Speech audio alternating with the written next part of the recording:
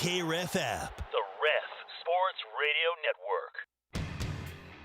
Live from the Buffalo Wild Wings studios, it's time to get locked into the best Sooner recruiting and football news with Parker Thune and Grayson Singleton. You better lock it up. No, you lock it up. You lock it up. Lock it up. Hit the guys up on the Riverwind Casino call-in line at 405-329-9000 or text the show at 405-651-3439. Do it! Just do it! Now, with Locked In, here's Parker Thune and Grayson Singleton.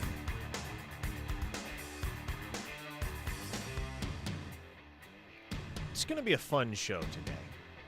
I can feel it. Some days, just get a good feeling about the show. That's how I feel today. Excited to interact with all of you on the Knippelmeyer Chevrolet text line over the course of the next hour, 405-651-3439. Send us a text if you feel so inclined. Questions, comments, opinions, feedback, any and all of the above, or anything beyond. Hit us up again at 405-651-3439. Mr. Singleton, how we feeling on this Tuesday? What is good, homie? It is going to be a fun show. It's going to be a fun day for me, too. Let's start off. What do you mean it's going to be a fun day? Well, I've got I'll be here, and then I'm leaving to go to a tattoo consultation. A tattoo consultation? Yes. Okay, as the owner of Zero Tattoos, you're going to have to explain this to me. First of all, I do have one tattoo. Oh, you. Okay, my bad. I am the owner of Zero Tattoos. Okay, I was about to say, like, I feel like you've seen my one tattoo that I have. No, I'm going to go tap in with a potential artist to tell him what I want. I'm gonna try to get the rest of my upper arm done, so to get the half sleeve finished. So, okay, so you're basically just like mapping out what you want. Yes, done. Exactly. So the one tattoo you have is just like the 972. Yes, right. My first area code from DFW. Yes. Okay, got you. Mm-hmm. So do you always, does getting a tattoo always involve a consultation, or is this just for larger, more intricate tattoos? Larger pieces, yes. Okay, tracking. And you said this is a half sleeve. Yes. So this is like entire bicep, basically? Yeah, we're going bottom. I'm thinking bottom of the shoulder to elbow. Fascinating. Yes. How much does something like this cost, ballpark-wise? I am prepared, because I've been saving up for this for half a year. Oh, wow. So, okay. I'm prepared to drop about $800 on this. Okay, that's not bad. No, it's not. I feel like that's relatively reasonable. Again, I don't really have much of a frame of reference for the price point for things like this because I've never had a tattoo in my life. My wife has maybe 5 or 6 tattoos. She's got several of them. Oh, really? Yeah. None of them are terribly conspicuous, but yes, she has several. I, still to this day, have none. You ever going to get one? Yeah, we'll see. I'm not closed off to it. Okay. But, we'll see. It is Tuesday. Let's start off with a little bit of trivia. Oh, okay. This is something. I didn't know you wanted to start the show. Yeah, off with let's do it. Okay. This is something we're going to start doing every Tuesday on the show, just to have a little fun and engage all of you, even beyond what we typically do on the text line. Again, 405-651-3439. Now, if you know the answer, hit us up. We'll see if any of y'all can beat us to the punch, because I have a trivia question for Grayson. Mm-hmm. He's got one for me. Do you want to answer the question first or pose the question first? You choose. I'll answer first. Let's do that. Okay, sounds good. All right. Very relevant to the current moment. This is my trivia question for you. When was the last time an Oklahoma kicker made 3 field goals of 50-plus yards in a game? Okay. We're looking for year and opponent. Obviously, Tate Sandell did it on Saturday night. Damn. Previously. Okay, so this was gonna be mine, and then I was like, nah, that's too easy, because I found the answer on Google way too easily. You found the answer? The last time I hit 3 50-yarders? What's the answer? I believe I know the player. I don't remember the year nor the opponent. Who was the player? But the first thing that came up, was it Gabe Burkich? It was Gabe Burkich. Yes. Dang, so we were thinking along the same lines to a certain extent. So can anybody look at that Johnny D from the 405 on the text line, right on the money. Gabe Burkich versus Tulane, the season opener in 2021. I was going to say, you don't have to go back terribly far to find this one, because Gabe Burkich did hit against Tulane in the season opener in 2021 from 51, 55, and 56.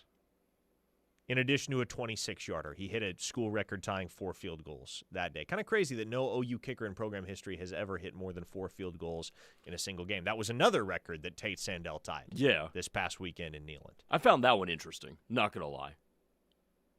What is the question that you have for me? You said he talked this one up, folks. He said before the show, you're going to struggle with this one. He said there's no way. You're either going to struggle with it or you're going to get it in 10 seconds. All right, Here we go. John Mateer currently has a touchdown-interception ratio of less than 2-1. Okay. Who was the last OU quarterback to start 10-plus games in a season and lead the Sooners to a 9-win season with a touchdown-to-interception ratio of less than 2-1? Oh, wow. Okay, so there's a lot of that's a very detailed question. It is a little bit detailed, but Oklahoma's still on the precipice of a 9-win season. Yep. Mateer likely will have a sub 2-1 touchdown interception ratio. Probably so at this point. So, yes. Who was the last one to do that and be the primary starter for 10 games plus? Okay, so as we work back here, it's not 2024 because neither Hawkins nor Arnold started 10 games. Correct. They also didn't win 9 games. And that, yes. It wasn't DG in 22 or 23. Wouldn't have been either starter in 2021 because that was a split year. Spencer Rattler did win 9 games at OU in 2020, but I do believe his touchdown-interception ratio was greater than 2-1. Yes. Offhand, is it Paul Thompson in 06? It is not Paul Thompson. Really? That was Blake Gamble's second guess when I told him the question. Okay, well, if it wasn't Paul Thompson, 9 wins. Did they get to 9 wins in 05? Was it Rhett Bomar? No. It was not Red Bomar. Have I gone back too far? Yes, it is more recent than that. So got to be Landry Jones, right? Yes. It is Landry Jones in 2011. 29 touchdowns, 15 picks. Yeah, Landry Jones was kind of a pick machine. I was just thinking back, though, and I remember him throwing 5 interceptions at Nebraska in 09, but I also thought, Oklahoma didn't win 9 games in 2009. So, yeah, that was honestly, that was the most obvious answer and the one that I consequently looked past. I figured it's got to be a little more obscure than that. Let's see. True Sooner, Postal Johnny, Ryan from Jacksonville. Nobody said the year. I should have told y'all to say the year. And Kyle from Salisaw got it on the text line. Landry Jones. Just slightly below 2-1. Okay. Well, Grayson kind of cheated, but he came up with the answer to my trivia question. I guess that means he has a 1-0 lead on me in this series. Bet. I mean, I'm not going to necessarily try to stump you every single week, but well done. Even if you had to lean on the unwitting assistance of Google, well done. 580 Mike Honcho says, Landry Jones was the Tony Romo of college football. Man, if that isn't a phenomenal comparison. It's pretty spot on. Tony Romo won a lot of games, man. Put up numbers, but boy, he was a turnover machine. And it was kind of the same deal for Landry Jones. I'm fairly certain he holds the program record for interceptions thrown.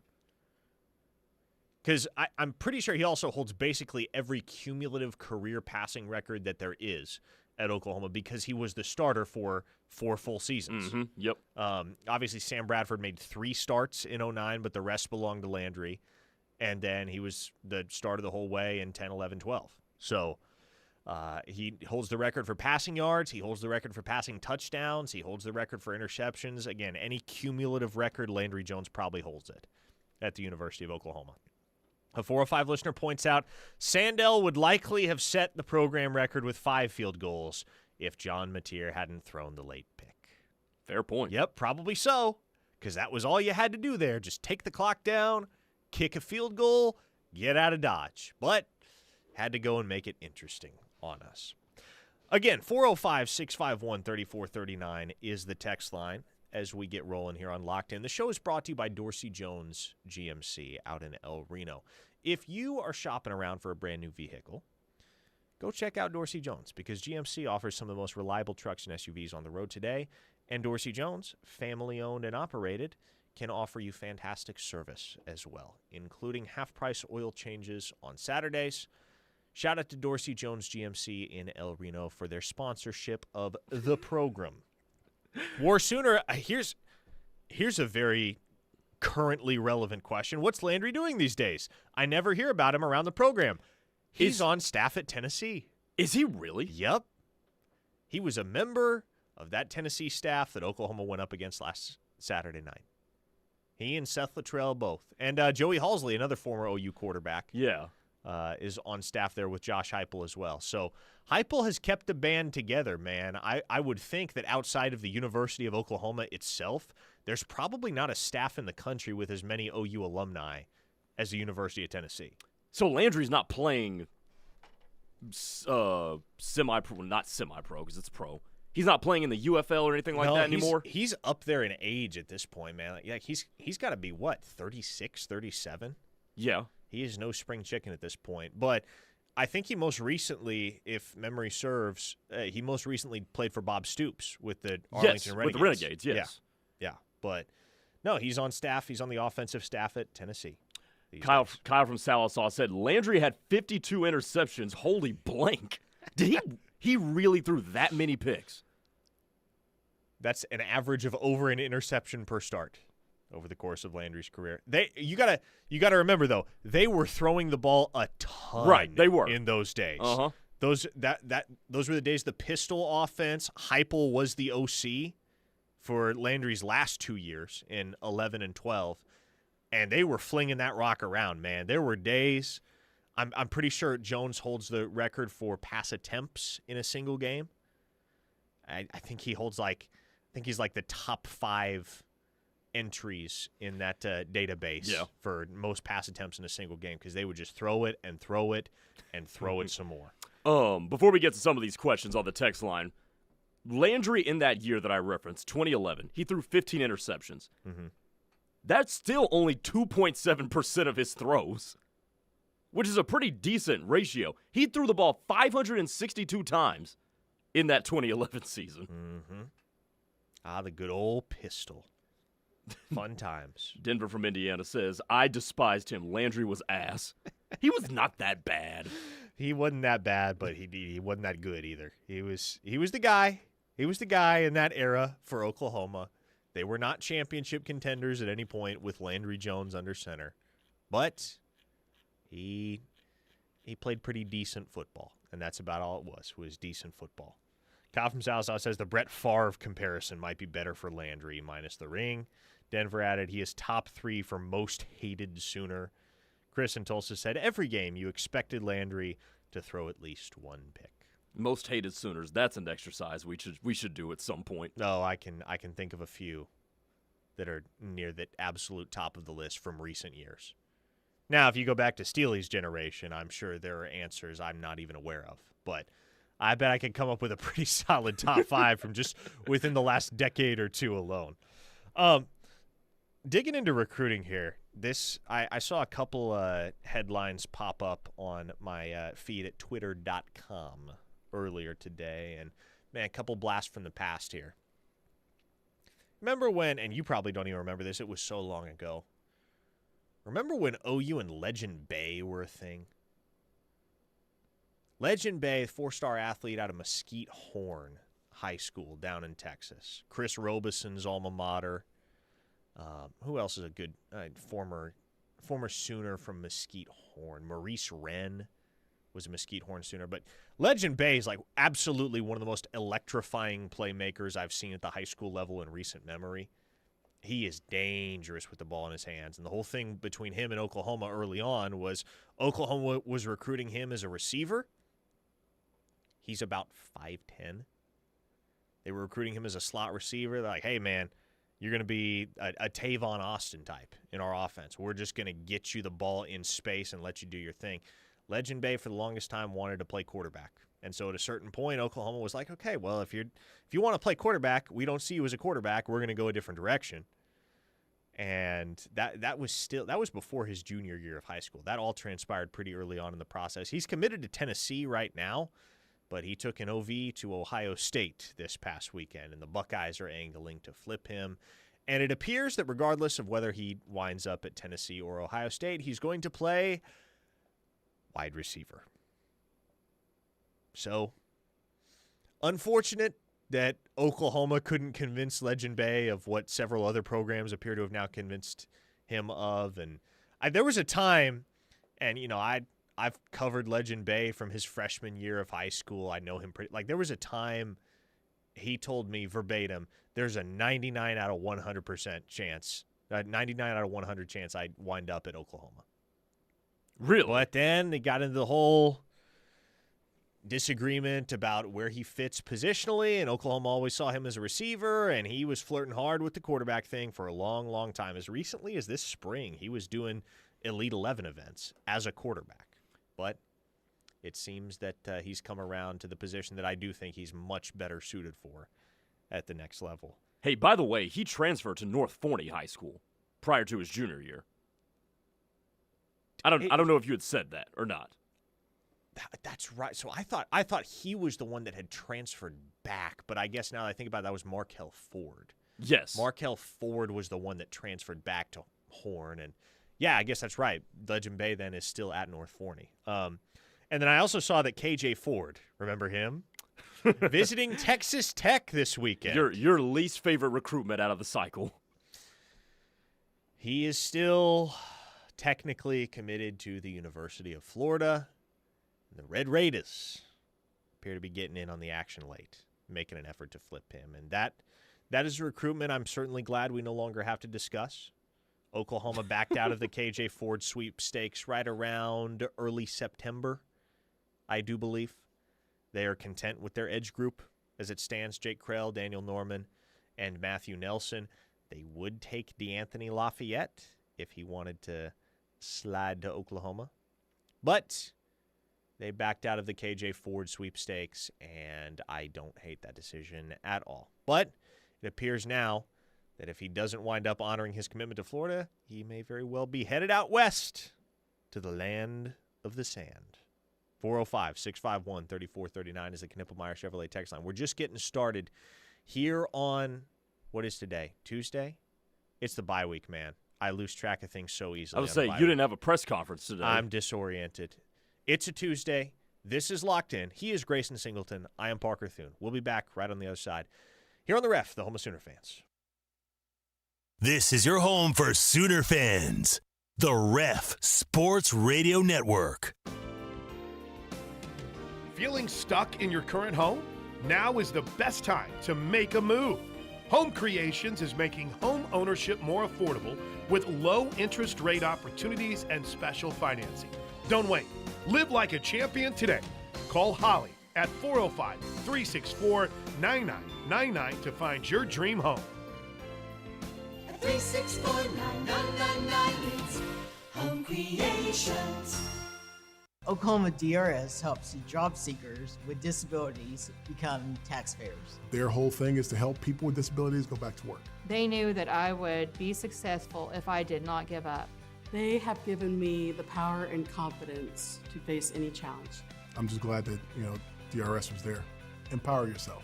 Talk to DRS Vocational Rehabilitation or Services for the Blind today. OKDRS.gov. 800-487-4042. Sidelined by injury? Valor Physical Therapy and H2 Health Company can help. Our therapists use their knowledge and skills to help get you back in the game faster.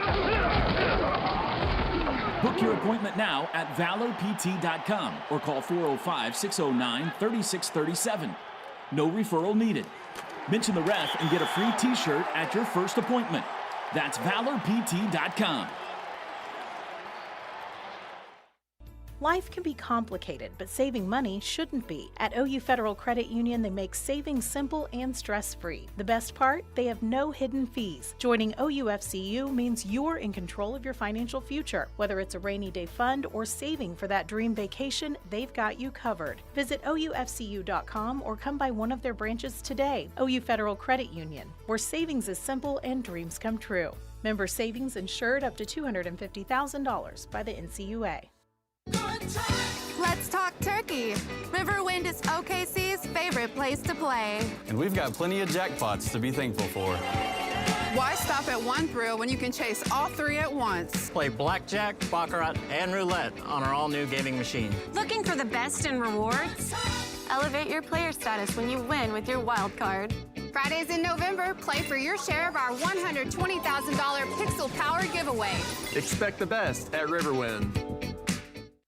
Hey, it's Mike Steely, one of America's favorite regional radio stars. Not really. Reminding you to go to the Apple Store or the Google Play Store and download the KREF app. You'll have access to the Ref forever at the Apple Play Store or the Google Play Store. You can listen to myself and Parker Thune from noon to 2 and all the other great shows right here on the Ref Radio Network, the home of Sooner fans. Go get the app. It's awesome. This Christmas, give a gift that brings a spark of joy. For children in foster care, the holidays can be a time of uncertainty. Fostering Future's Secret Santa program connects you with children in foster care so that you can fulfill a wish and bring the magic of Christmas to their lives. Your support can make all the difference. Sponsor a child's wish list, donate a gift, or make a financial contribution. Fill the season with hope for a child in foster care. To donate or become a Secret Santa, go to fosteringfuturesok.org or contact Jordan Baker at 405-651-1854. Thinking of buying, selling, or building a home? I'm Mariah Calhour, broker and owner of Calhour Group Realty. With more than 1,700 homes sold over the past 13 years, I know what it takes to get the job done. My team and I are based in Norman, but we proudly serve the metro and surrounding areas, and we are available around the clock. Calhour Group Realty, proven experience, ready when you are. Call me at 405-308-0109.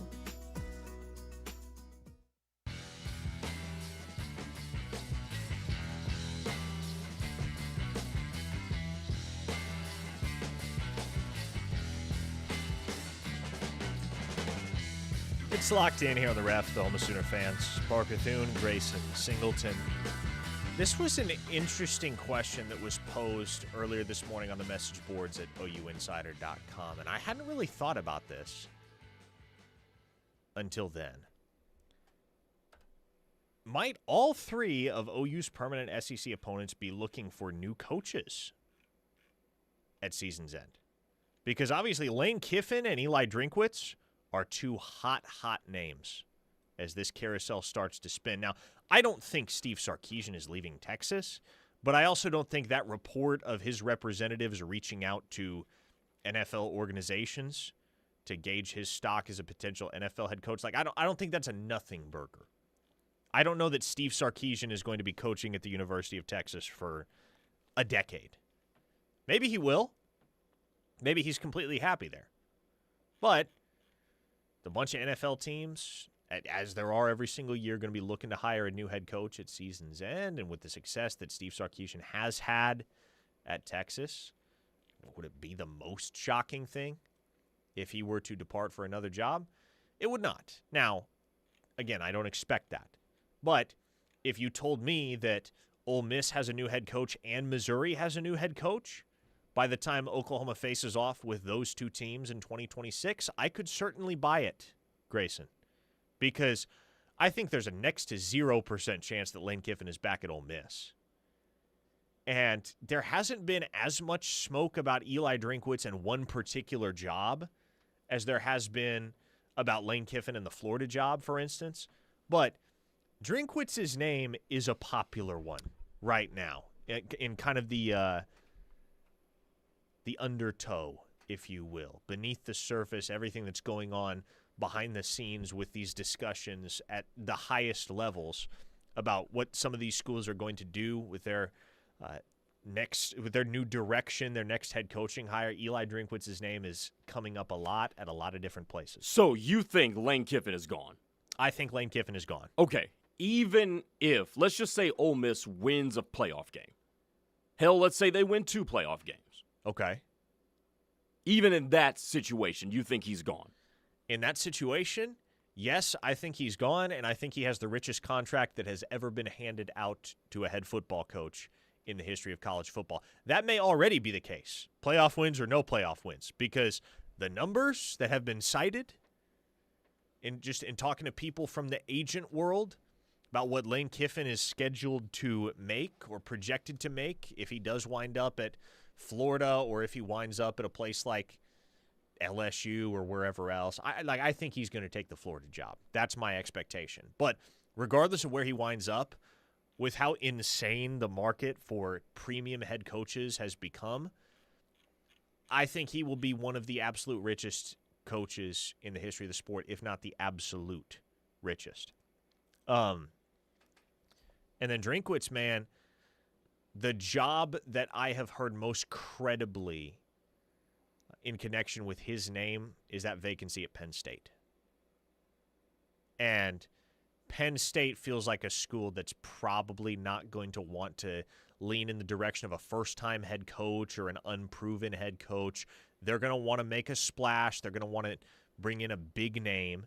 And with Curt Cignetti off the board now and Matt Rule off the board now, Drinkwitz is kind of the one that would seem to make the most sense for the Nittany Lions. I mean, he's the last one left in terms of veteran coaches who could be on the move. And remember, when you're talking about veteran coaches that could be on the move, you're talking about somebody of the younger ilk too, because there's not a whole scramble to bring in coaches in their late 50s into their 60s. So that's what makes Drinkwitz probably the next logical candidate, which also made Rhett Lashley a candidate for like a job like Auburn or Arkansas before he signed his extension this weekend prior to that win over Miami. So no, I'm coming around to what you were saying a couple weeks ago, that 20-ish, 25 jobs could flip hands this year. 580 Mike Honcho asked, do you all think there's any traction on Heupel to LSU?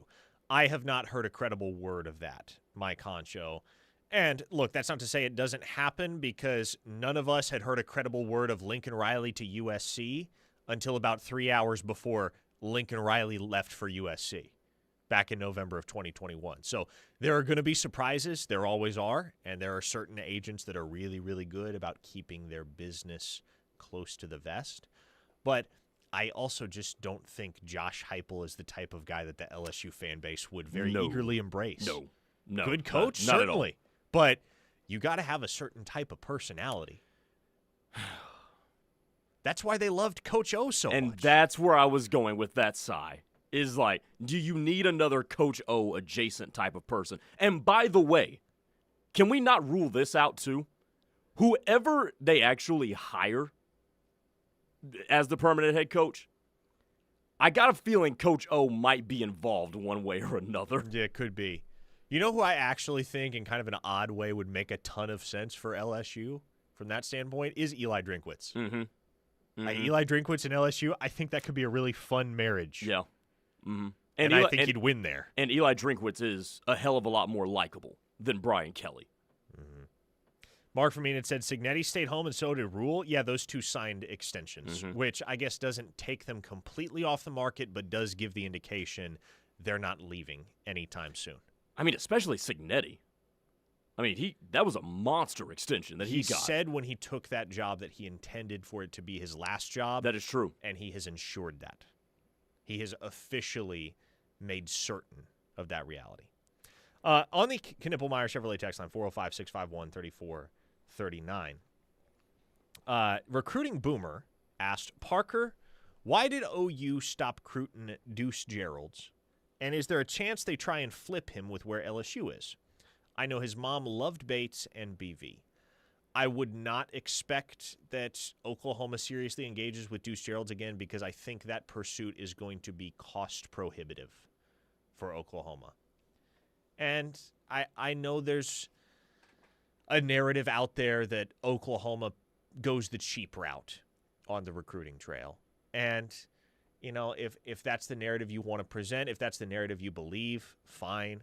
The way I choose to look at it, the way I think is the most sensible way to look at it is Jim Nagy and the Oklahoma front office have a sensible dollar amount, maximum dollar amount assigned to every single recruit on their board.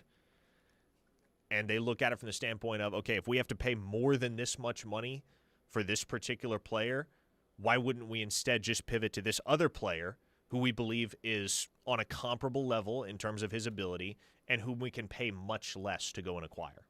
So Deuce Geralds costs a lot of money, will cost a lot of money. And Oklahoma's got a good defensive tackle class as it is, between Brian Harris and T-Ron Richardson and Tank Carrington. So they're not in a position where they have to go get a guy like Deuce Gerald's. Also, Gerald's, I mean, for all that he is, and he's a very talented football player, seen him in person several times, he's not very big. He's not super traitsy. And we know those are the guys that Jim Nagy and his front office of NFL veterans tend to appreciate. Mm-hmm. Chris Tate asks, with the SEC being so competitive and how we have valued the importance of having a field goal kicker as a weapon, do you think the Sooners have learned something this year that we may look hard for a replacement when Sandell gets drafted? And you said when Sandell gets drafted. I mean, that's a real possibility you're going to have to start considering, because there are not more than one or two kickers that get drafted every single year.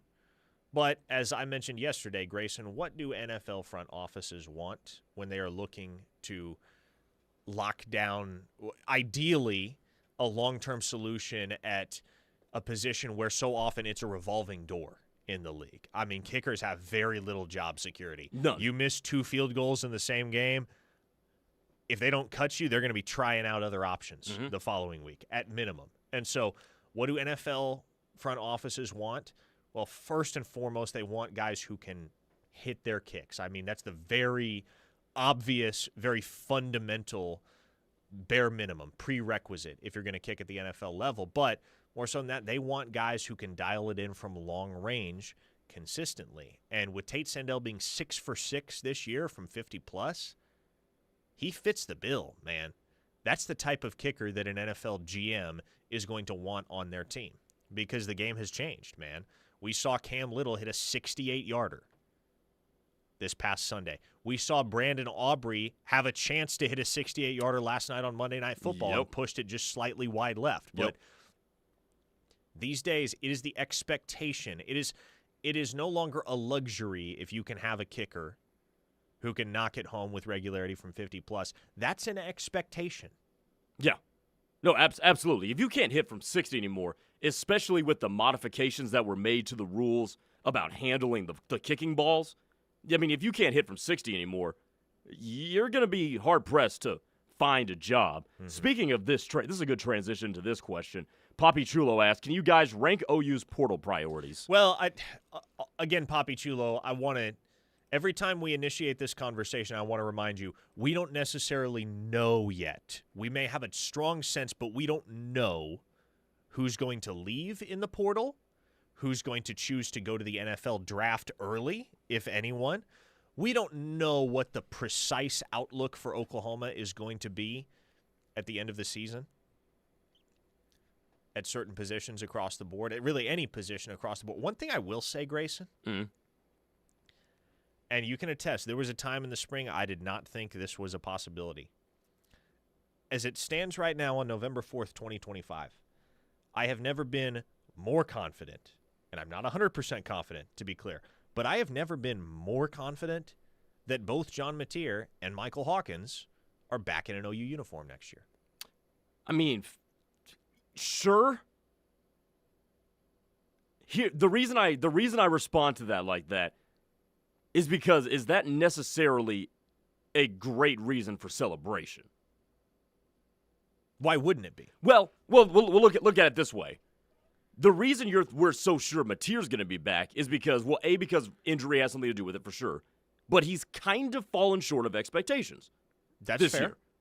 That's the only reason that I respond that way. Is like, whoa, it's not as if Oklahoma's got unfinished business and John Mateer was a finalist for the Heisman Trophy, but he said, "Nah, I got unfinished business. I'm gonna come back here."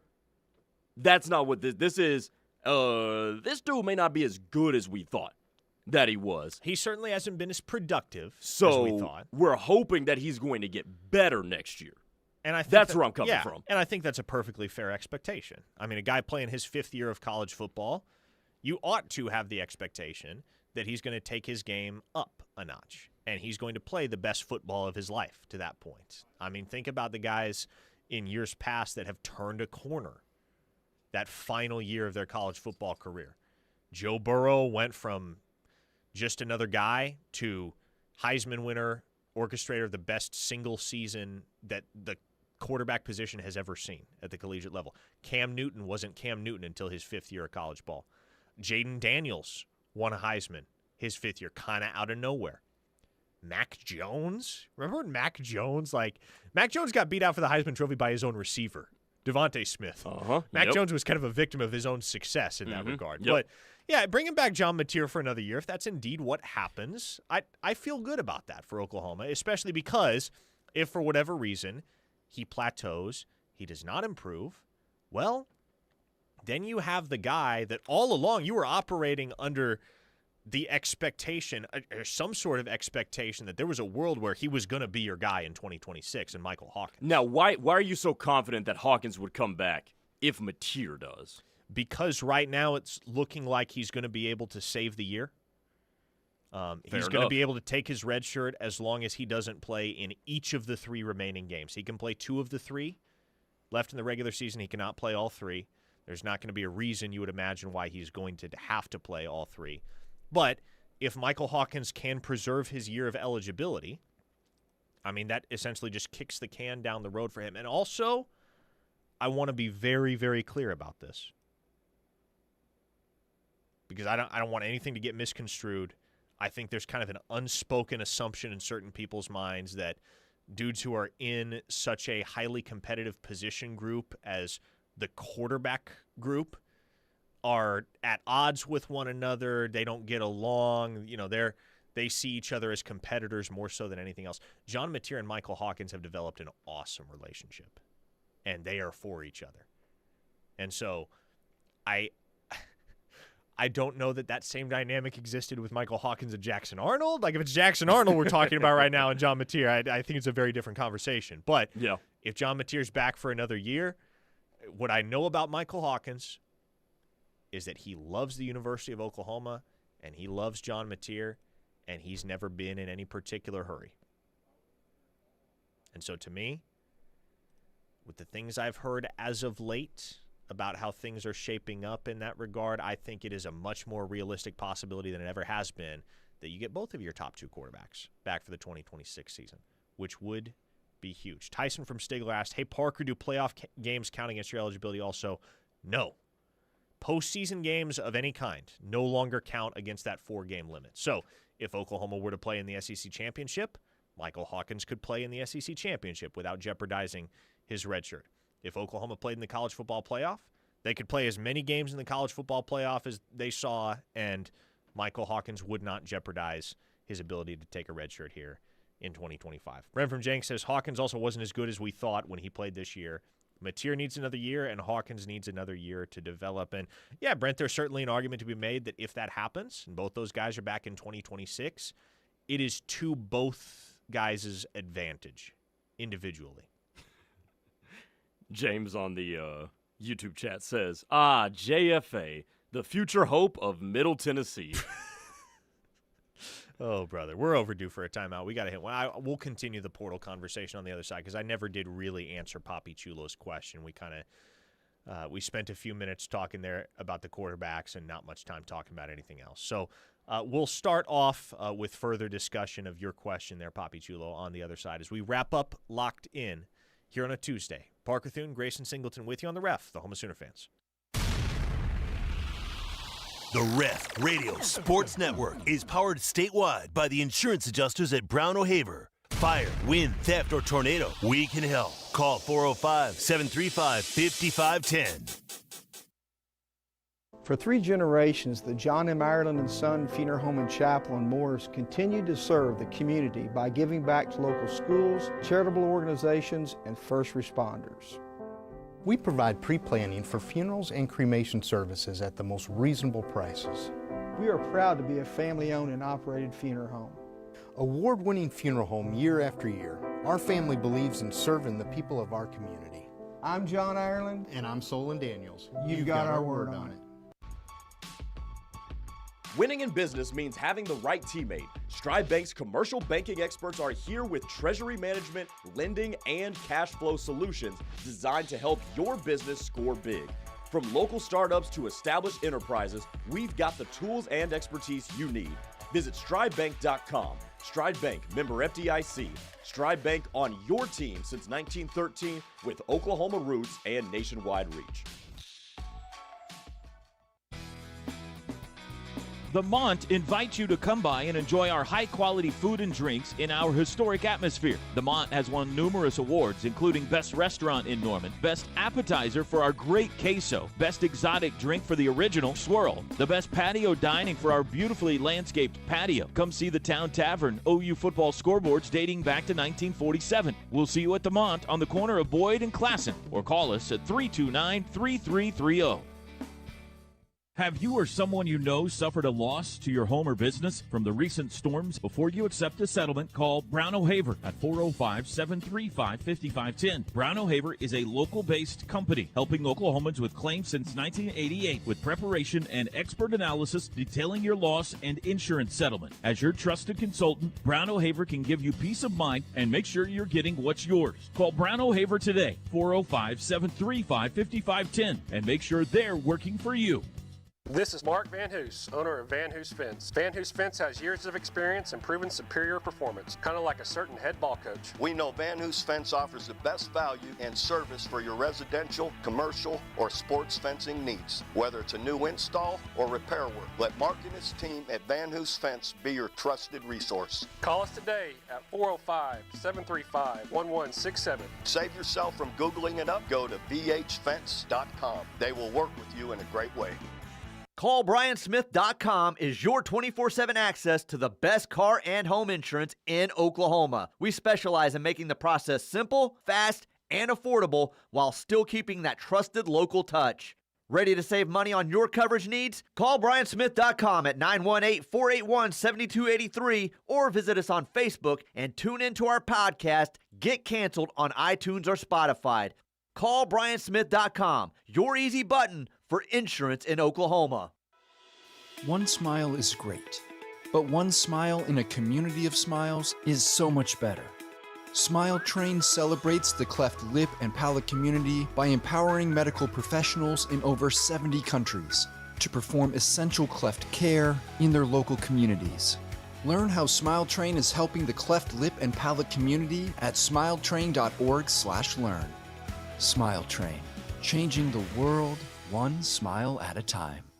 I'm Gina Mitchell of Mitchell's Jewelry. We take our tagline, where Oklahoma gets engaged, to heart. Engagement rings, so many different styles and price ranges. We even have rings that are ready for a proposal this weekend. However, if a custom, one-of-a-kind design is your style, that's our specialty. Natural diamonds, lab-grown diamonds, or colored gems. Let us create her dream ring. Stay in the loop with us on our socials or at mitchells-jewelry.com, or come see us at 2201 West Main in Norman.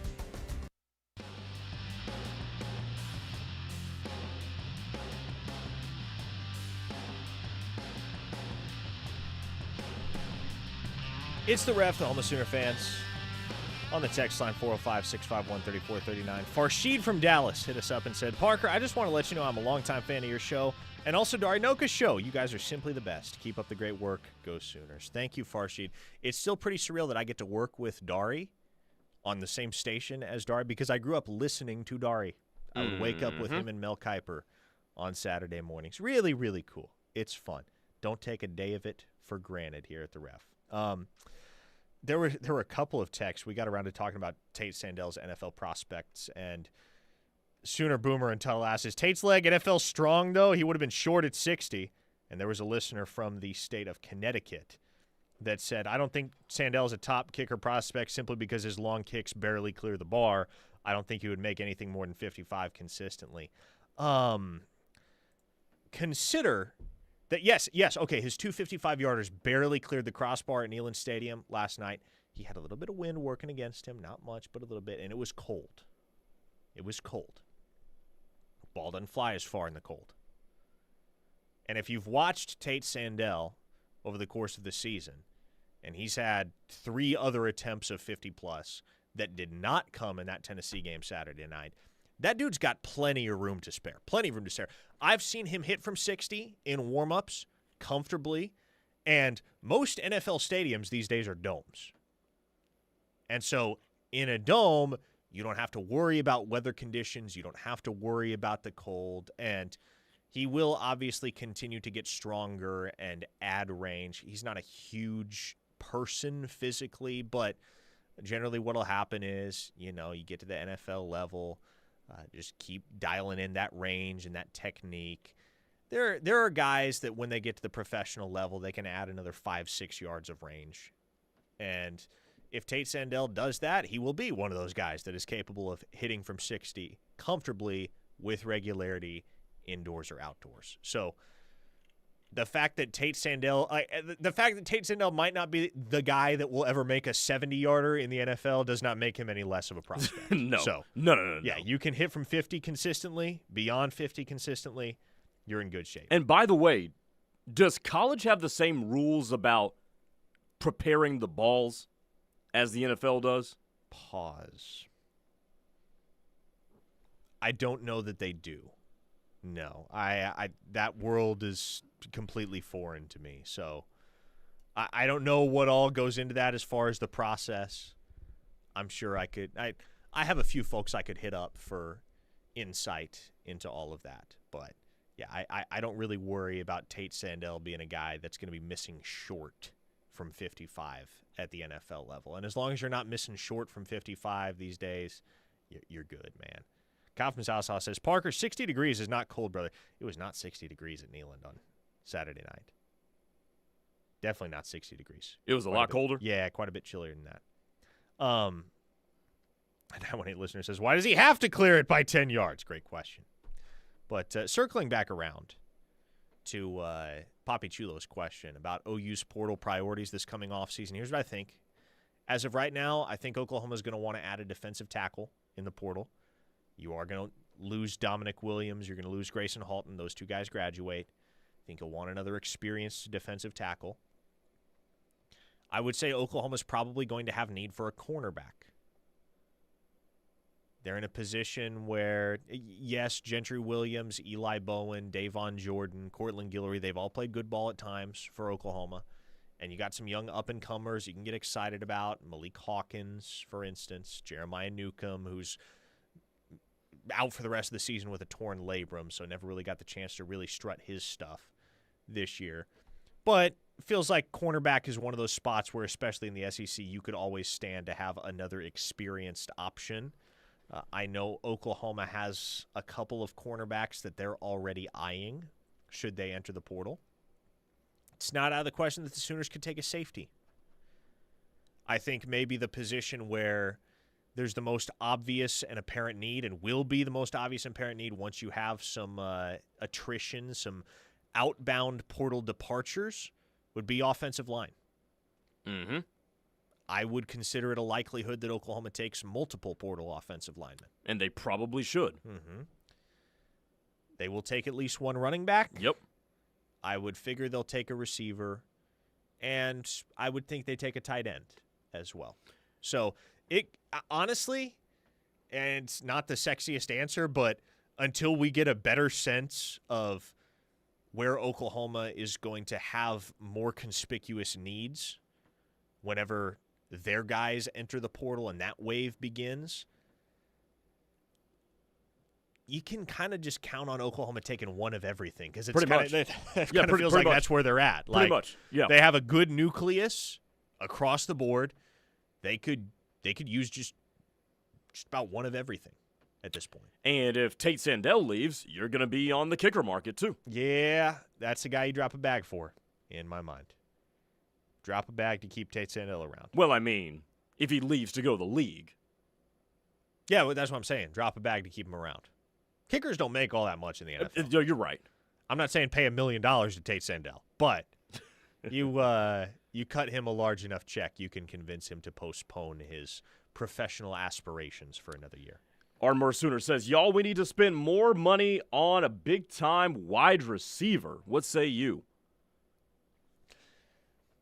We talked about this yesterday, actually, and I'm not at the point where I think wide receiver is a glaring position of need for Oklahoma.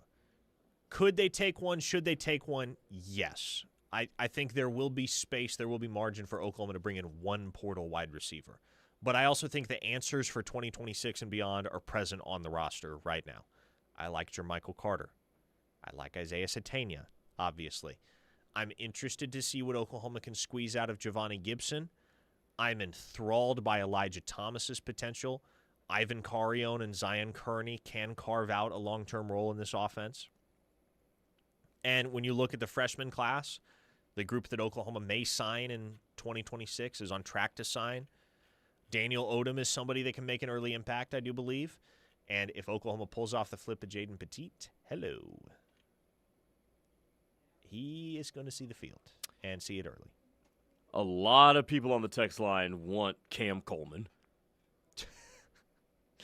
Folks, that is going to cost a small fortune. Mm-hmm. Don't count on it. Does Oklahoma, in your mind, have a dude at receiver that can change the game by himself? Right now, no. Right now, I would say no. And I would agree. And next year, I would say I have a lot of faith that guy is going to be Elijah Thomas. Really? Yeah. Yeah. I'm all in on Elijah Thomas. Might be a little bit premature. Might sound like an idiot if he never pans out, but not only do I think he's going to pan out, I think he's going to be one of the better wide receivers in the last decade at the University of Oklahoma by the time the book is closed on his career as a Sooner. He's awesome. He's a phenomenal athlete. He's proven his value on special teams. He's just kind of waiting in the wings for his opportunity to run more routes, catch some passes, make his impact felt in the offense. And that time will come. No later than September of 2026. That time will come. A 405 listener asked, status of the Oklahoma State tight end, Josh Ford. Not a ton to update there. He's going to take some more visits. He's going to explore his options. Don't get the sense that anything is imminently close to being decided. There was a listener that asked about the Jaden Petit process. I was told this morning he's still been in communication with Wisconsin. They're doing everything they can to stave off the Sooners, but I do think it's a matter of time before he backs off that. It's only a matter of time before he backs off that pledge to Wisconsin. Can Missouri crash Oklahoma's party? That's what I'm going to be watching. Missouri feels like the only school that has a realistic shot to crash OU's party with the Jaden Petit situation. And Missouri might take itself out of contention if Eli Drinkwitz leaves. Exactly. My conscience said, PT, you better not Bauer Sharp this with ET. Yeah, that'd be a pretty big stain on your resume. Listen, I will go on record. November 4th, 2025. Parker said it. Elijah Thomas is not, I repeat, he is not the next Bauer Sharp. What do you want us to tell you? The sky is blue? I mean, like, that's a 90% chance that doesn't happen. There was a listener in the state of Texas that asked, what about Manny Choice? Yeah, Manny Choice is going to be a piece as well moving forward. Is he... And he's a guy that I've long said, I think he actually has a higher ceiling than Elijah Thomas. I thought Elijah Thomas was more ready-made for the college game. But Manny Choice is somebody that, it may take him until year 3 to really start to make an impact. But once he does, man, that was a kid that I was convinced was criminally underrated as a prospect. And whenever he does get on the field for Oklahoma, it's kind of like ET. He's had a role on special teams, but hadn't really run any routes, hadn't had a role on offense yet. When that time does come for Manny Choice, I'm really eager to see what that looks like because he's also just a different beast than Elijah Thomas, who's 6 foot, 195 pounds. Manny Choice is 6'4", 215. That's a big boy. Yeah. Yeah. The Waffler says, Parker, can we get an Elijah Thomas is going to eat in Ben Arbuckle's offense? Shut up, Waffler. Who did you say that about? It may be the coldest take I've ever had. I said Austin Stogner was going to eat in Jeff Levy's offense. He ate to the tune of 17 receptions in 2023. There also was another tight end in Oklahoma's recent history that ate too. Oh, my goodness, you went there. Well... Somebody on the text line was going to make that joke anyway. I was about to say, may as well get ahead of it. You hopped in front of it. No doubt. Reformed Homer asked, who is the next CeeDee Lamb? There is no next CeeDee Lamb. Forget it. Yeah, and that's why I bring that up because, in that era where you had CeeDee Lamb and D.D. Westbrook and, Marvin Mims to a lesser degree, like those dudes were game changers themselves at wide receiver. And Oklahoma doesn't have that right now. Yeah, you trip and fall into a guy like CeeDee Lamb once in a generation. You're not going to have one of those guys every single recruiting class.